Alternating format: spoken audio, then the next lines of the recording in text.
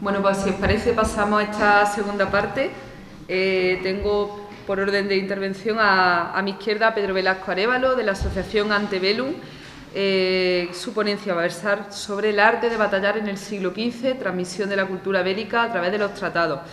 Antes de reseñar un poquito su biografía, currículum, bueno, yo quiero destacar que él se puso en contacto con nosotros para poder traer algún taller y una exhibición de grima histórica que van a tener lugar mañana por la mañana y el domingo por la mañana. La sesión de mañana la hemos trasladado a la Casa de los Mora por motivos climatológicos y la del domingo es en el pabellón cubierto.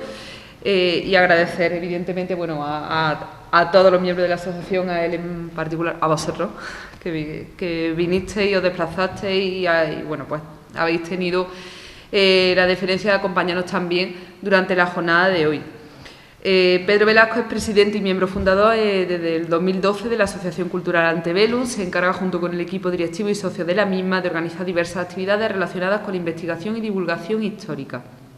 A nivel profesional, se dedica al estudio, interpretación y divulgación de las artes marciales que se practicaron en el continente europeo durante la Baja Edad Media y la Edad Moderna.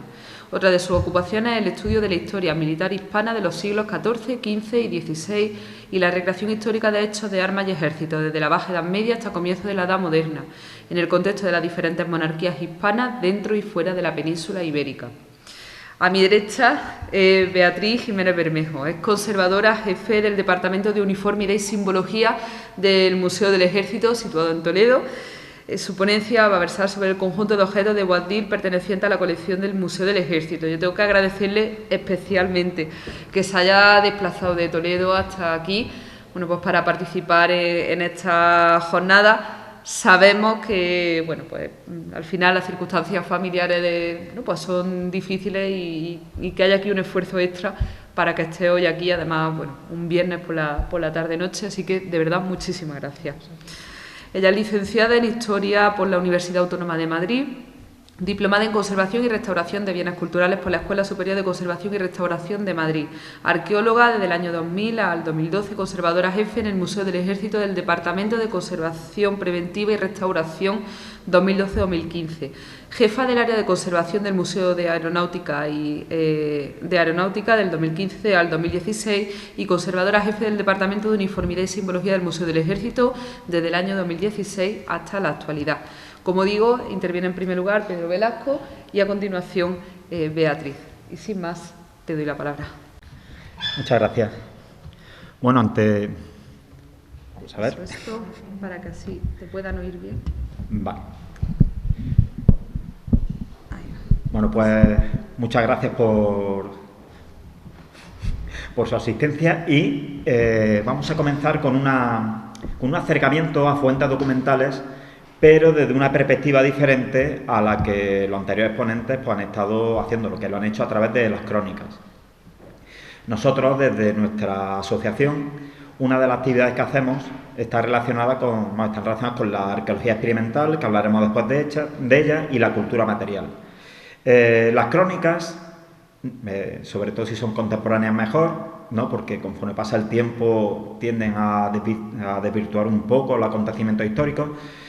Nos narran acontecimientos históricos pues en mayúsculas, de hechos que pasaron y después cómo han sido, pues por así decirlo, compilados para su transmisión en el tiempo. Los tratados históricos a los que nosotros nos acercamos son de índole diferente, son más bien de uso práctico, puesto que uno de los intereses de nuestra asociación es averiguar cómo se hacían las cosas. En este caso, dentro de un entorno bélico, es cómo se hacía la guerra, más que de sus consecuencias, sino cómo de manera práctica se guerreaba. Y para ello, pues al no haber estado en un campo de batalla, al no tener una máquina del tiempo y poder ver exactamente cómo se podía hacer la guerra, tenemos que acudir a una serie de tratados que eran manuales de cómo hacer la guerra. Y por así decirlo, cada cultura tenía sus propios manuales y su manera de transmitir la información. Aquí, en un principio, lo que tenemos es una página de un tratado italiano de finales del XIV, principios del XV, que se llama Flos Duelatorum, la flor de las batallas. A pesar de ser un tratado italiano, la verdad es que aquí también ha tenido cierta influencia, puesto que, como ya veremos más adelante, había una transmisión de conocimiento más allá de nuestras fronteras, o de la frontera de los reinos que se daban en la península ibérica, con otros lugares de Europa. En este caso, la influencia italiana, tanto de un lado para otro, era muy, muy importante. Y aquí en este tratado, que no lo vamos a mostrar, pero que sí haremos referencia a él en algún momento, se mostraba de manera muy, muy detallada cómo se había de combatir. Bueno, han hecho ya la presentación, así que no voy a ahondar en esta parte. Bueno, la Asociación Cultural Antebellum, que es a la que represento, pues básicamente somos un grupo de aficionados a la historia, o sea, con profesiones de lo más diversos. Incluso hay gente que sí se dedica de manera profesional a la historia, ya sea como restauradores de patrimonio, historiadores, arqueólogos, y otros, pues, como en mi caso, somos meros aficionados, pero que por profesión al final siempre acabamos acercándonos a la historia, a su divulgación. Voy a adelantar un poco para no extenderme demasiado. Bueno, vamos a ir directo al lío. Metodología de trabajo. ¿Cómo nos acercamos a los tratados? Porque realmente primero hay que seleccionar. Tenemos que buscar una serie de tratados. ¿Y dónde se encuentran estos manuales? Pues actualmente repartidos por toda Europa, bueno, y muchísimos en Estados Unidos, puesto que ha habido durante el siglo XIX y siglo XX ciertas colecciones, ciertas universidades han hecho acopio de fondos antiguos y lo han trasladado pues fuera del continente europeo. O sea, actualmente este tipo de tratados de guerra están repartidos por todo el mundo, tanto en bibliotecas públicas como en colecciones privadas.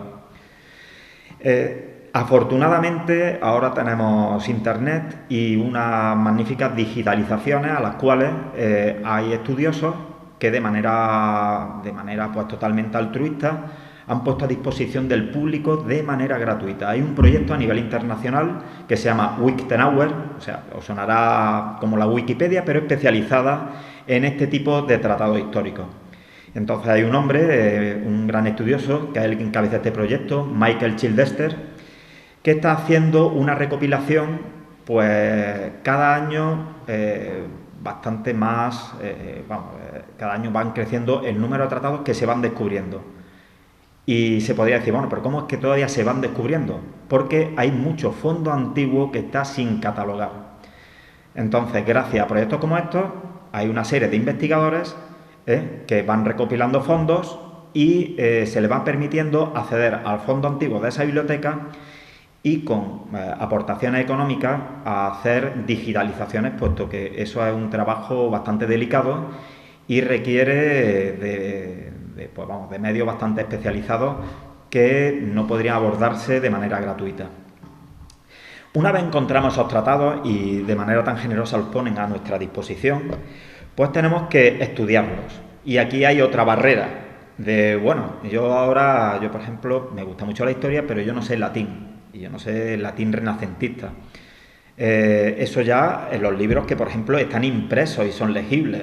Si no, si están manuscritos, ya tenemos que acudir a paleógrafos, gente que pase a un lenguaje legible para que después el filólogo de turno pueda hacer una puesta al día en el lenguaje. O sea, incluso si tratamos de castellano, yo no puedo leer con facilidad el castellano antiguo. Eso tiene que haber un lingüista que me facilite esa labor. Cuando ya han pasado esos dos pasos, o sea, tanto los de la legibilidad como los de la transcripción a un lenguaje moderno, hay que estudiarlo.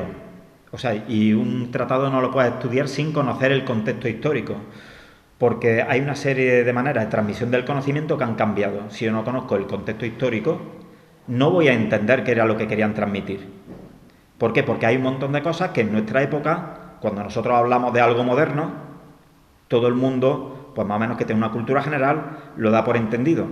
Pero cuando me hablan de algo contemporáneo a otra época, de una manera familiar, tengo que conocer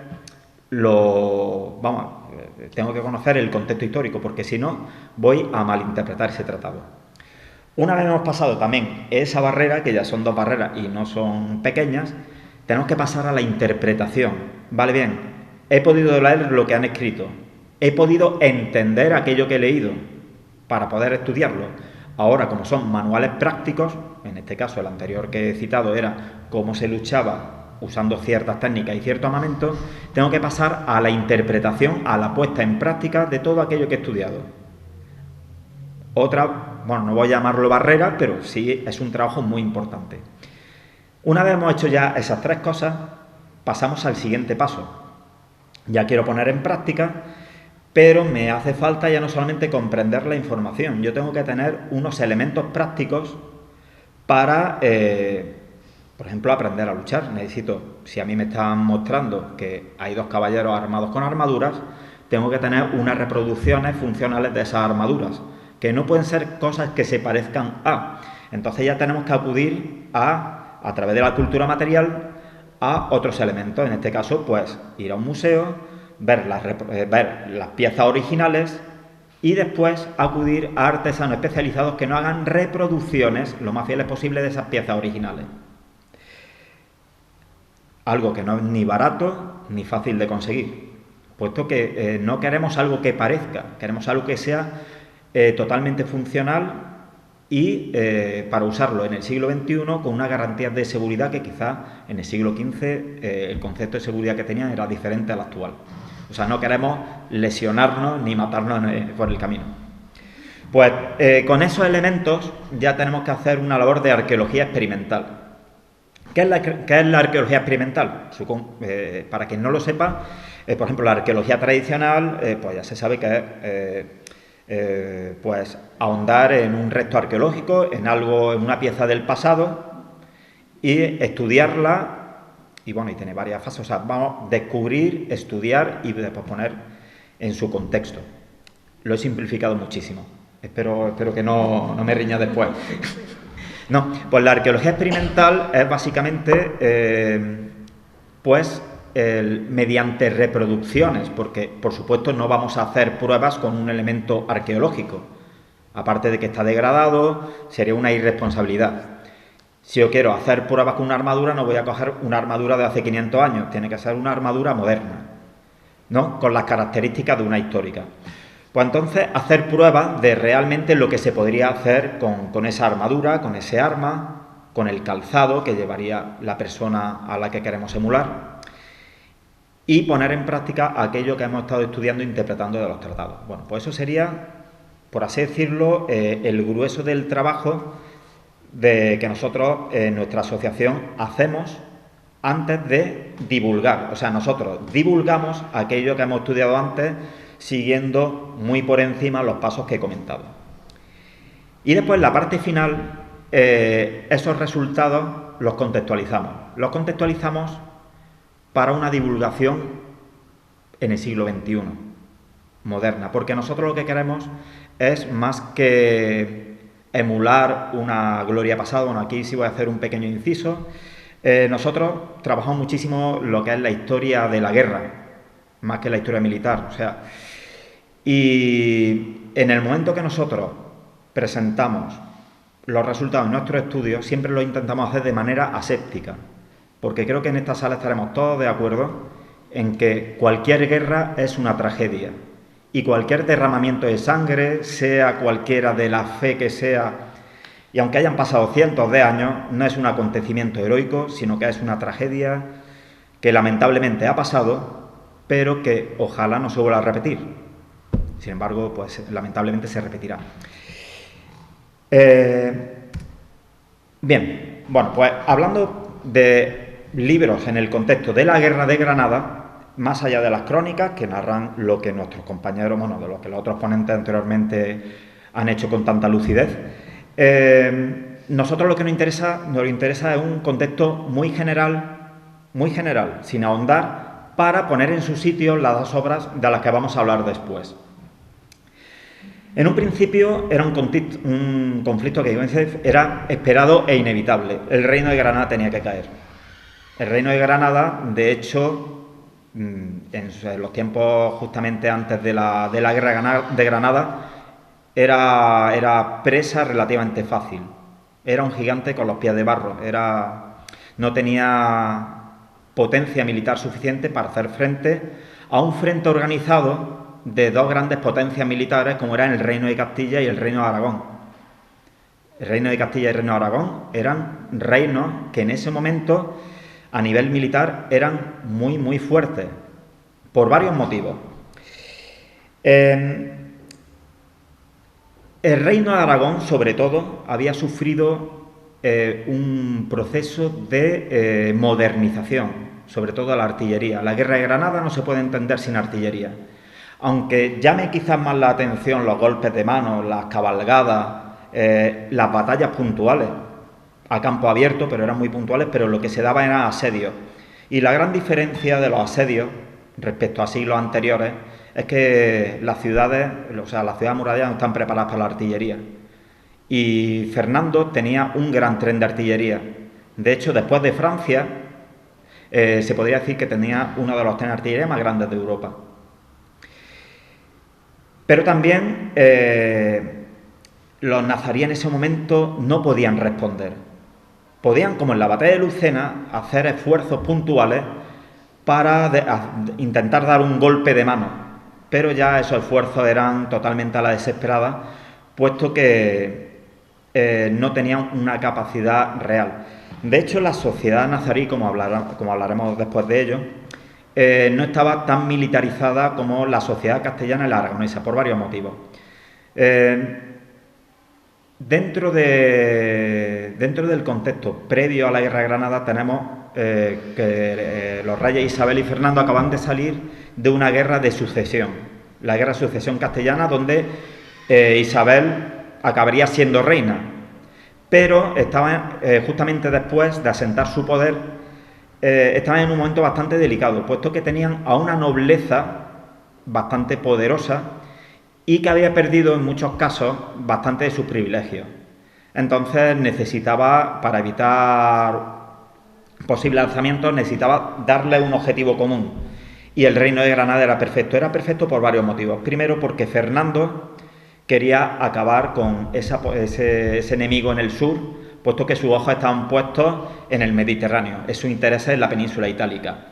E Isabel sí tenía una vocación más de cruzada, más de volver a reconquistar esos territorios que ella consideraba que tenían que ser cristianos. El caso es que el reino de Granada tenía que desaparecer y utilizaron pues la coyuntura de dar un propósito a aquellos que les fuesen fieles, a aquellos nobles que les fuesen fieles, de una futura recompensa de ese jugoso reino. A partir de aquí vamos a ir ya a los libros. Bueno, voy a hacer un pequeño apunte. Aquí veremos que ilustramos con una fotografía. Bueno, esta es de nuestro grupo de recreación histórica y lo que estamos haciendo es un ejercicio de reconstrucción de una ruta que sí se dio históricamente. Es una marcha al castillo nazarí de Linza. Bueno, ya no era... Castillo Nazarí de Linza está en Güejar Sierra, en Granada, y de hecho esta marcha seguía la misma ruta que siguieron las tropas del conde de Tendilla y de Gonzalo Fernández de Córdoba, ya una vez acabada la guerra de Granada, en la rebelión mudéjar, que empezó en el Albaicín, y bueno, después se extendió por toda la Alpujarra. Pues bueno, como en una expedición de castigo, fueron al castillo de Linza, que era una de las fortificaciones que había en Güejar Sierra. Y bueno, esto no se sabe mucho, pero allí la verdad es que las tropas de Gonzalo Fernández de Córdoba y de Conde de Tendilla fueron derrotadas. Tuvieron que volver para Quentar y solamente al día siguiente pudieron volver y ganaron el castillo por una pequeña traición interna que hubo entre uno de los vecinos, que bueno, eso ya es otra historia. Nosotros, a través de lo que hablaba antes, a través de la arqueología experimental y la cultura material, intentamos reproducir la indumentaria, el calzado, el armamento, hasta los detalles que no son posibles, para ver hasta qué punto los hechos que nos cuentan las crónicas son reales o son inventados, porque muchas veces a lo mejor las crónicas nos hablan de que recorrieron a uña de caballo tal distancia y después se han hecho experimentos diciendo no, esta distancia es materialmente imposible de ser cubierta a caballos por el camino que dijeron con la impedimenta que decían. la arqueología experimental está no para contradecir la historia, pero sí para dar otro punto de vista de los hechos que nos cuentan y que muchas veces no son contrastados. Bueno, pues volvemos a los tratados. Bien, ¿cómo distinguimos un tratado? ¿Cómo nos acercamos a un libro de guerra? Primero hay que decir que hay varias clases de tratados. Por ejemplo, hay tratados de guerra que te enseñan el arte de la guerra, pero de los ejércitos en batalla. Después hay otros tratados que lo que te hablan son de duelos judiciales, de cómo se ha de luchar de uno contra uno y siguiendo unas reglas. Luego están los furusillas. Y estos son un tipo de tratado muy especial, puesto que son de origen islámico y lo que tratan sobre todo no son de tratados de guerra en general, sino son tratados de guerra a caballo y siguiendo los preceptos de la caballería.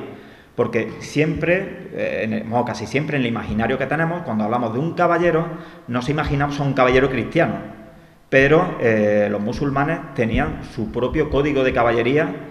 Y es más, el caballo en la cultura musulmana estaba muy por encima de lo que los cristianos incluso le tenían en estima. O sea, el caballo es algo fundamental en la manera de hacer la guerra de los musulmanes. Y los nazaríes no eran una excepción. Bien, en los tratados tenemos que ver una cosa. Un tratado es un libro. Y un libro no lo podía leer cualquiera. Para leer un libro tenías que saber leer.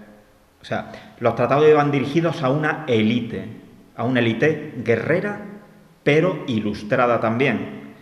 Por lo tanto, más adelante ya hablaré un poco de la importancia de esa fuente de transmisión. No era una fuente de transmisión a cualquiera, era una fuente de transmisión a gente de armas, pero con una capacidad cultural, o como mínimo a sus caudillos. Bien. Y en los libros no solamente no eran manuales prácticos de cómo hacer la guerra, sino también de cómo justificarla. Porque estamos hablando, por ejemplo, en la cultura cristiana, matar es un pecado mortal. Entonces, si matar es un pecado mortal, el acto de matar lo tienes que justificar muy bien para que tu alma no sea condenada. Pues en un tratado en el que te enseñan a matar de manera eficaz, tenían que venir también insertos, en el caso de los cristianos, los valores cristianos, en el caso de los musulmanes, los valores islámicos del Corán. Bien, y muchas veces nosotros, cuando hablamos de un tratado práctico de algo, nos imaginamos un tratado muy concreto, y no era así. A veces en un mismo tratado había, pues, por ejemplo, en un tratado de guerra, podías encontrar páginas que te hablan de medicina, otras de geografía y otras de cómo elegir un buen caballo. O sea, los tratados de guerra eran compilaciones de los saberes de la época que de manera más o menos sinérgica te podían ayudar a ganar una batalla o a convertirte en un guerrero ideal. Bien, bueno, pero los tratados lo escribían personas. Evidentemente los tratados no se escribían solos y lo interesante de un tratado es que son la compilación de conocimientos de una o varias personas que escribían para un fin concreto. Bueno, aquí tenemos dos nombres. He elegido a dos tratadistas, uno cristiano italiano, pero que luchó en la Guerra de Granada, y a otro musulmán nazarí. No era contemporáneo a la Guerra de Granada, pero su obra sí sirvió como justificación de su yihad. Por un lado tenemos a Pedro Monte, esa es la castellanización del nombre, es Pietro Monti, Petrus Montius, bueno, se lo llama de varias maneras, y era un personaje muy especial. De hecho, la escuela de grima que nosotros tenemos, de grima histórica, que tenemos en Granada, se llama Sala de Armas Pedro el Monte, en honor a este personaje. Bueno, pues este señor era un condottiero era un mercenario italiano, que tenía una larga trayectoria militar. De hecho, la primera batalla de la que se tiene referencia fue conduciendo 300 hombres contra tropas aragonesas. O sea, este señor que sirvió a la corona aragonesa y a la corona castellana, en un principio empezó luchando contra ella. Lo que tenemos que entender es que en la Italia del 480, bueno, y en la península ibérica también, las guerras y las alianzas no eran así como encarnizadas de por vida. Eran muchas veces, la guerra era una conveniencia. Y el que era amigo podía ser enemigo a la semana siguiente y viceversa. Y no pasaba absolutamente nada. Era producto de su época. Bueno, pues aquí este hombre pues, ha escrito varios tratados. Los dos principales son, bueno, el nombre largo, Ataque Artis Militaris Collectanea y De Dignocendis Hominibus. Esta obra de Dignocendis Hominibus actualmente se conserva en Córdoba. Y es muy interesante porque está dedicada a la reina Isabel la Católica, ¿no? Y esto es un poco, la traducción sería por la dignidad del hombre. Y el libro anterior, pues sí sería el tratado del que vamos a hablar a continuación. Y bueno, y este hombre estuvo varias veces en España durante la Guerra de Granada, en 1484. Se sabe que tuvo relación con Pedro Navarro, un personaje bastante ilustre después de la campaña italiana de Gonzalo Fernández de Córdoba. Y de su experiencia en la Guerra de Granada, a partir de ahí escribió mucha de su tratadística que después sería utilizada en Italia. De hecho, compartió también bastantes lazos con gente cercana al gran capitán. Por otro lado tenemos a Ibn Judayl. Esto es una simplificación de un nombre que es realmente largo y no estoy capacitado para pronunciarlo. Bueno, pues vemos que se sabe que nació en 1329, pero se desconoce la fecha exacta de su muerte, así que la he puesto en interrogante. A diferencia de Pedro Monte, este hombre no era militar, era un cortesano. ¿Sabía del arte de la guerra? Lo que su condición de noble y cortesano le podría dar. ¿Por qué? Porque la guerra formaba parte de la educación. La guerra era algo que toda persona de cierta nobleza tenía que conocer. ¿Por qué? Porque dentro de sus deberes estaba el comandar tropas y el luchar a favor de su emir, de su rey, de quien fuese preciso. Y bueno, se sabe que estuvo al servicio de diversos mandatarios nazaríes, principal Mohamed V, y para el que escribió sus principales obras. Y tiene dos obras principales, aparte de varios libros misceláneos y poesía. Pero las obras que nos interesan son dos. Una es Ornamento de las almas y divisas de los habitantes de Al-Ándalus, y el siguiente, que es el manual más práctico y no lo es tanto, que se llama Gala de caballeros y blasón de paladines. El primero, voy a hacer un pequeño acercamiento, se trata de una obra no militar, pero sí en favor de la yihad. Porque tenían un problema. En esta época ya bastante antes de la Guerra de Granada, ya tenían un problema. Y era que cada vez el poder militar nazarí se estaba mermando. ¿Por qué? Porque primero ya no contaban con el apoyo del norte de África y realmente lo que se ha hablado antes de la ceifa, de la algara, por supuesto se daban de los nazaríes a los reinos cristianos, pero es que de los reinos cristianos también se daban de manera continua al reino de Granada, que es que no era una costumbre nazarí o musulmana, es que era una costumbre peninsular. De hecho, también había algaras entre nobles cristianos entre sí. El grado de militarización de la península ibérica sobre todo a los reinos castellanos y aragoneses, era muy importante.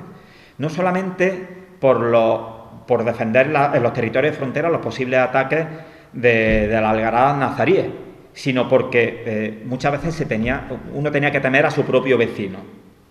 Hasta que llegaron los reyes católicos y pusieron un poquito de orden, la cosa estaba bastante complicada. La diferencia, sobre todo, entre las sociedades nazarí y castellana o aragonesa, era que en los territorios castellanos estaba muy claro que los campesinos no eran solamente campesinos. Cuando se habla de las defensas de las ciudades, como se ha hablado antes de la defensa de Lucena, no estamos hablando que Lucena tuviese un número muy importante de gente de armas. No, lo que estamos hablando es que, aparte de la gente de armas que pudiese tener, los campesinos estaban formados militarmente. ¿Por qué? Porque era su obligación. Era obligación, y aparte, no solamente de formación, sino que por ordenanzas que están muy claras. Hay ordenanzas castellanas, aragonesas, varían, pero son bastante similares. En cada hogar tenían que tener un equipo militar. O sea, tenían que tener lanza, tenían que tener un almete, depende de la época, tenían que tener un tipo de armas por si eran llamados a defender los intereses de su señor o de su rey. Y tenían que tener, por lo menos en algunos casos, un día de entrenamiento al mes. Aparte, en la parte que a mí me interesa, que es el estudio de la esgrima histórica, había el tema del uso de las armas. Otra cosa es la tenencia, que ya son dos cosas diferentes, pero aprender a usar ciertas armas las tienen que aprender a usar todos. El tenerlas, las tienen que tener guardadas, bien controladas, porque evidentemente si no tenías cierto apellido o cierto estatus, tú no podías ir armado por la calle, tenías que pedir un permiso y pagar por ello y dar un motivo. Pero si la tienes que tener en tu casa, es un poco como en Suiza, por si te llamaban a la milicia concejil y tenías que tomar campaña a favor de tu señor o tenías que defender esas tierras. Por lo tanto, Lucena y otros pueblos no estaban indefensos. No estaban indefensos ante una algara, ante una depredación normal, de las que se hacían cada verano, porque aparte se hacían normalmente en verano. Cuando ya le viene un ejército, aquí ya tuvieron un problema. Pero bueno, ya todo esto lo han contado anteriormente y no vamos a ahondar en ello. Bueno, pequeño apunte. Esto, te gustará la medalla conmemorativa. Creo que en el Prado hay una de estas y es en honor a Pedro Monte, que cayó sirviendo a la República de Venecia en 1509. Y al final pues le hicieron, a nivel póstumo, le hicieron una medalla conmemorativa. Bien, las dos obras que escribieron, y con esto ya voy a acabar. Las dos obras que escribieron cada uno de los personajes que he citado antes básicamente son opuestas, no tienen nada que ver. Porque a través de la transmisión de la información podemos ver cómo cambia el mundo y cómo cambian las mentalidades y la manera de hacer la guerra. El Colectania, el resumen del título tan largo que di antes, es una de las obras misceláneas que aquí pues tratan de anatomía, tratan de cómo controlar los humores, de cómo luchar armado o desarmado. Te hablan de cómo hacen la guerra los diferentes países, te hablan hasta de Asia. O sea, imaginaos, a finales del siglo XV te hablan de los asiáticos, de cómo son los asiáticos. Esto es un pensamiento totalmente renacentista. Este hombre no veía la guerra como simplemente un mero acto de violencia. No, tenía que ir inserta en un discurso mucho más grande. Era otra manera de hacer política y eso lo trajo de Italia. Y eso, el rey Fernando, lo tuvo muy, muy claro. Se quiso rodear de gente que hiciese cambiar su manera de hacer la guerra. De hecho, en las campañas italianas, su guerra ya no era una guerra medieval, ya era una guerra totalmente moderna.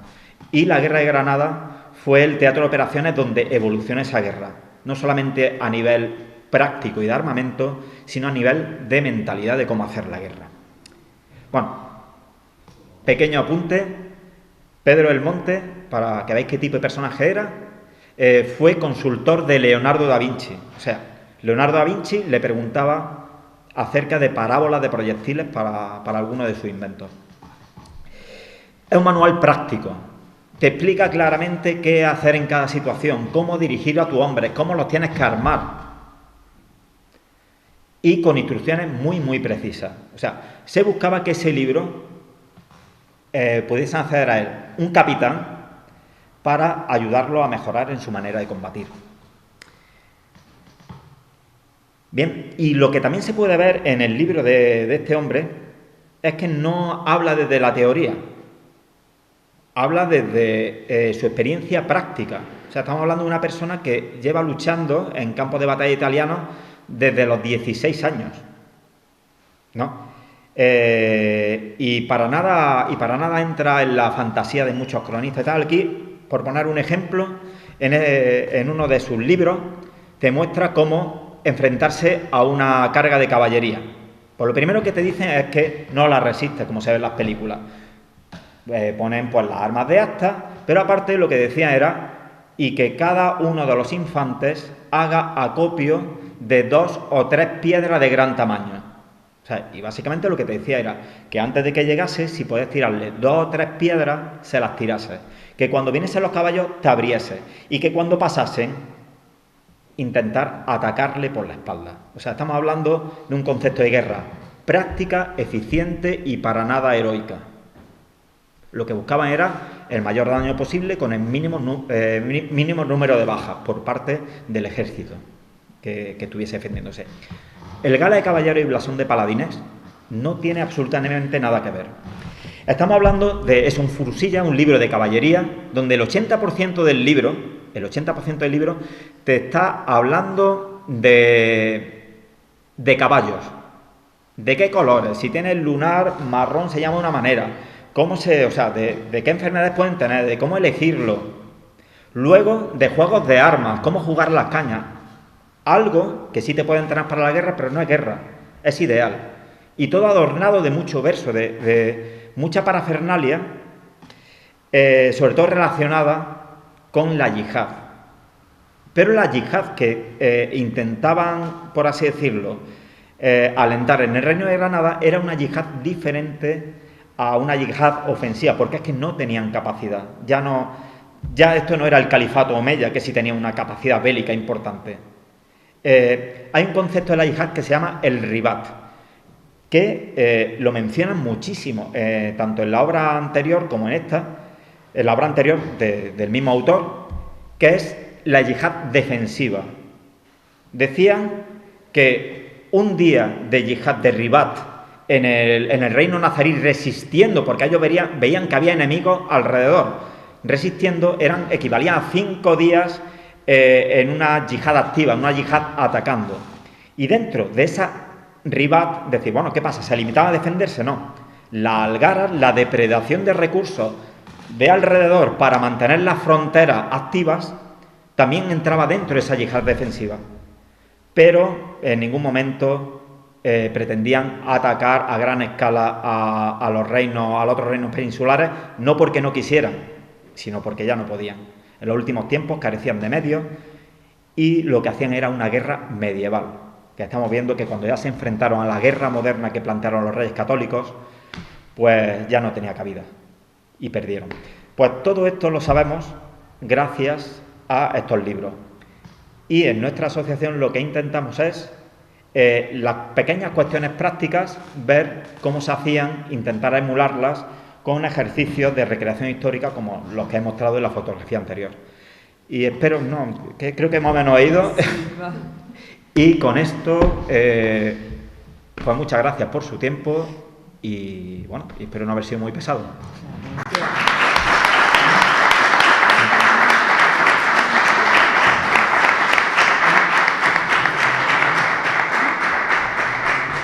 ¿Hay alguna cuestión, alguna pregunta en relación a esta ponencia?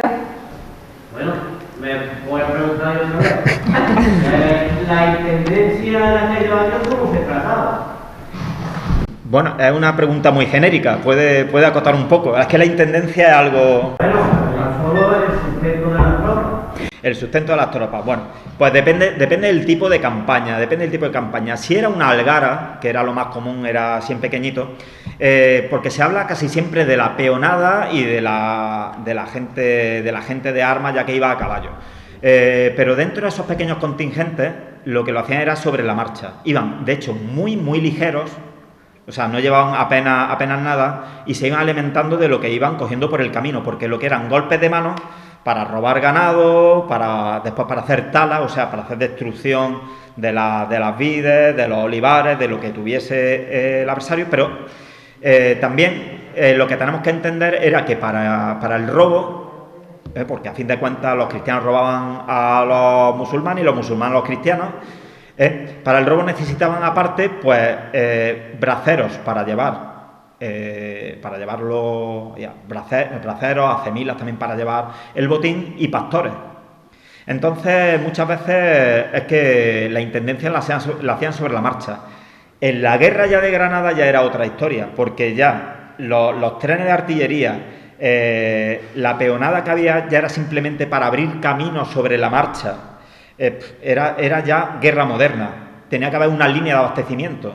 De hecho, los nazaríes eran especialistas en atacar la línea de abastecimiento porque no podían enfrentarse a las tropas bien armadas de los cristianos. Son dos conceptos diferentes. Uno sería, no vamos a llamar guerra de guerrillas, sino guerras de golpe de mano y de predación y volver, que iban con lo opuesto. Y la otra ya sí es una guerra muy parecida a la moderna, con línea de abastecimiento, una intendencia bien desarrollada. Y de hecho que fue lo que hizo que los asedios de la artillería de Fernando el Católico tuviesen éxito. Porque sin ese tipo de abastecimiento tú no puedes mantener cerca una ciudad durante mucho tiempo, sobre todo hasta rendirla por hambre o por artillería. Vamos, como en la masa, la verdad que iban combatiendo, iban... Sí, claro, pero aparte que en las depredaciones, o sea, en lo que son las algaradas o las ceifas, era todo muy rápido. No podía, o sea, no paraban, o sea, de hecho los campamentos tienen que ser muy rápidos. ¿Por qué? Porque cuando entraba en territorio enemigo, sobre todo las zonas de frontera tenían una capacidad de respuesta muy rápida. O sea, y entre ellas se apoyaban. En el momento, aparte que con el tema de la almenara, cuando uno entraba a un pueblo, los pueblos de al lado ya estaban enterados, ya estaban avisados. Y se reunían tropas de varios pueblos para ir a por los que estaban por el ganado. Y había golpes y contragolpes. Por lo tanto, es que no se podían quedar. O sea, no había una línea de abastecimiento. ¿Por qué? Porque es que era todo muy rápido. Bueno, pues os pido que... Sí. He escuchado que en aquella época para llevar armamento había que pagar y justificar el porqué. Sí, y bueno, con esto ya acabo. Y eran contextos muy concretos. Ahora no me la he traído aquí, pero hay un caso de un comerciante de Jerez de la Frontera, en el año 1472. No, lo digo en memoria, pero creo que lo he dicho bien. En el cual esa persona podía aprender esgrima, esa persona podía, por así decirlo, saber defenderse, pero no podía llevar un arma. ¿Por qué? O sea, no podía llevar un arma si no estaba trabajando para su señor. O sea, en el momento de guerra, sí tú puedes llevar el arma, ¿pero por qué? Porque estás yendo a la guerra, estás yendo a una algarada y es tu señor el que te da permiso a usar ese arma. Pero llevarla para tu propia defensa, y como arma entendemos una espada.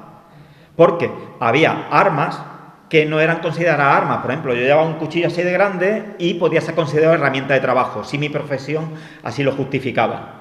No, pero una espada ya era un símbolo. Entonces, pues, hay una carta, no recuerdo exactamente a quién, pero era al mandatario local, en la cual se le pedía permiso para llevar un arma, porque había gente en un mercado que le quería mal y bueno, y luego en la carta era pues muy floreada y decía que soy muy buena persona, que yo solamente la quiero para defenderme, y después hay una respuesta que dice que sí, que se la dan, pero tiene que pagar tanto y la licencia es por un año. Por lo tanto, lo que estamos hablando es que la Edad Media nos la imaginamos como que todo era como muy disperso. No, la burocracia ha estado aquí desde la Edad Media y desde mucho antes. Y para llevar un arma que no te correspondía por apellido, o sea, si tú eras alguien, si tú eras un noble, no necesitabas permiso de arma. Es que de hecho tú llevabas el arma aunque no supieses manejarla porque era parte de tu vestimenta. Bueno, pero esto es un caso particular. Bueno, pues para el año que viene en 2 horas.